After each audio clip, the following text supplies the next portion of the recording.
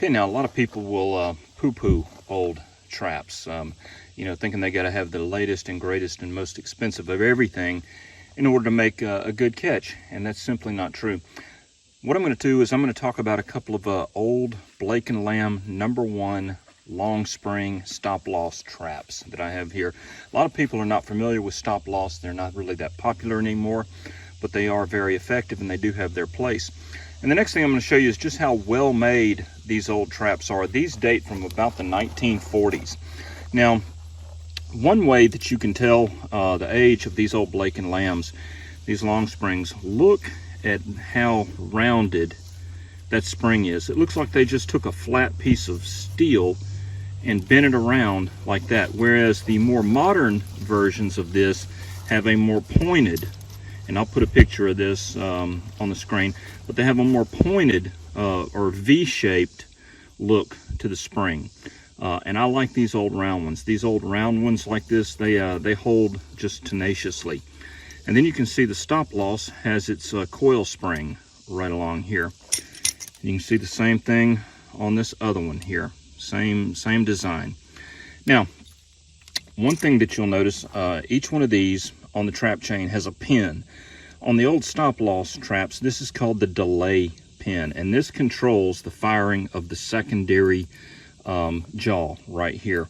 And the idea is once you have this trap set, you'll set the trap, then you'll pull the jaw over. The animal will step in the trap, trigger the pan, the primary jaws will close first, and then when they fight, the delay pin will get pulled. And this is sort of like the pin on a grenade, really.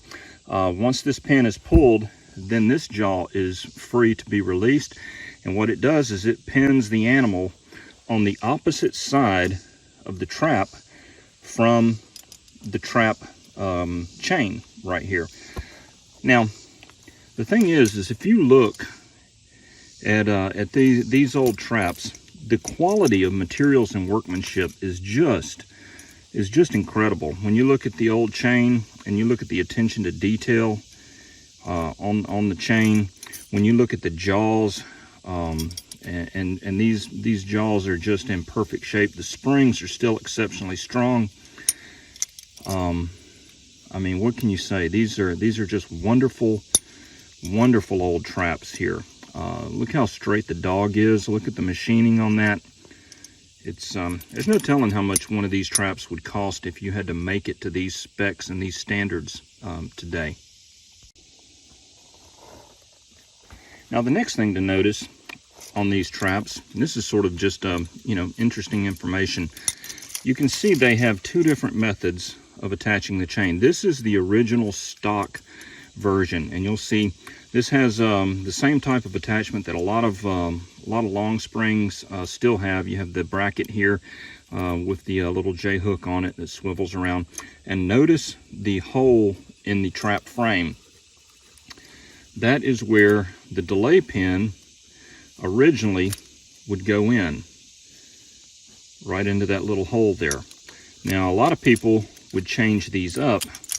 What they would do is they would remove the bracket, and what they would do is then they would insert that J hook directly into that hole in the frame there, and then I'll show you how they would lay the delay pin across the jaws like this to keep that jaw from firing. So basically, this is an aftermarket modification, you'd say.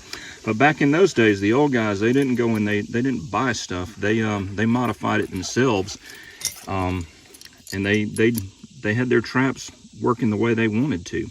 So let's take a look at how to set these things and the difference in the two systems.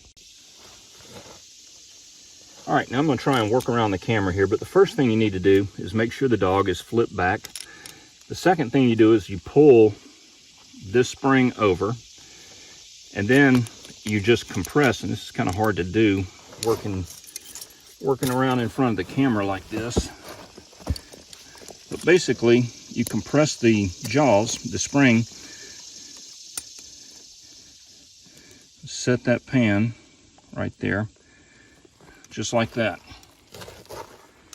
And hopefully, let's see, rotate that, and that'll sit flat. So now that trap is set. You can see there's everything. Now, what about the delay pin? This is the original version here.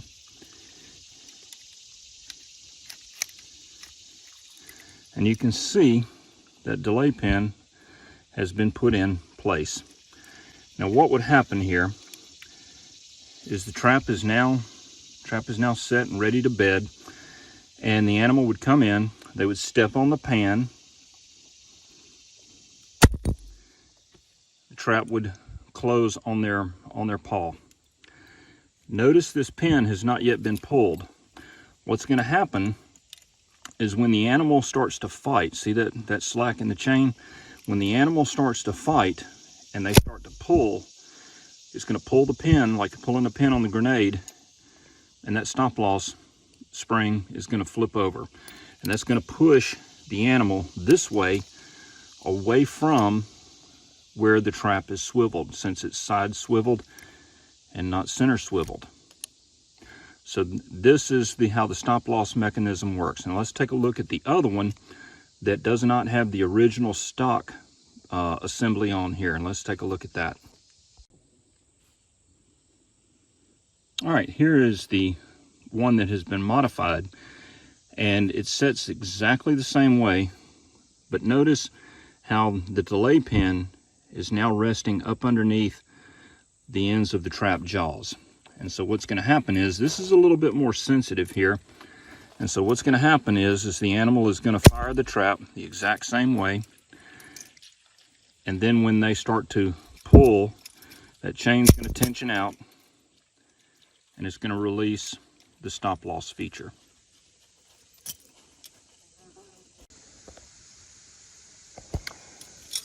So the bottom line is, I want you to think about this, because I look at these old traps the same way that I look at old rifles.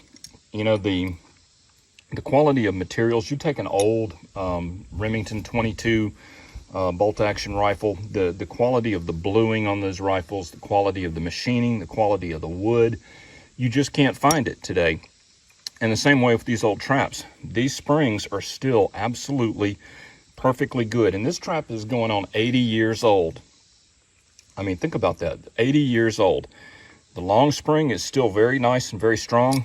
The coil spring is still strong. Everything works on these traps. And, you know, they were designed well. People put thought into them. And if you think about this trap being in use for 80-something years, I really wish this old trap could talk. And I've got quite a few of these, and I'm going to continue to collect them. So if there's enough interest, if people are interested in this sort of stuff, I'll do more in a series of old traps. We'll look at jump traps or underspring traps and different things like that. And we'll see. But there is absolutely no reason that if you're at a trap meet or a convention and you see somebody selling older traps, if you know what you're looking at, you know what you're looking for, and you've got a usage for them, there's absolutely no reason not to go buy a pile of them, get them cleaned up, and use them. They don't have to just hang on the wall. So anyway, hope this was useful. Thanks for watching, and we'll see you next time.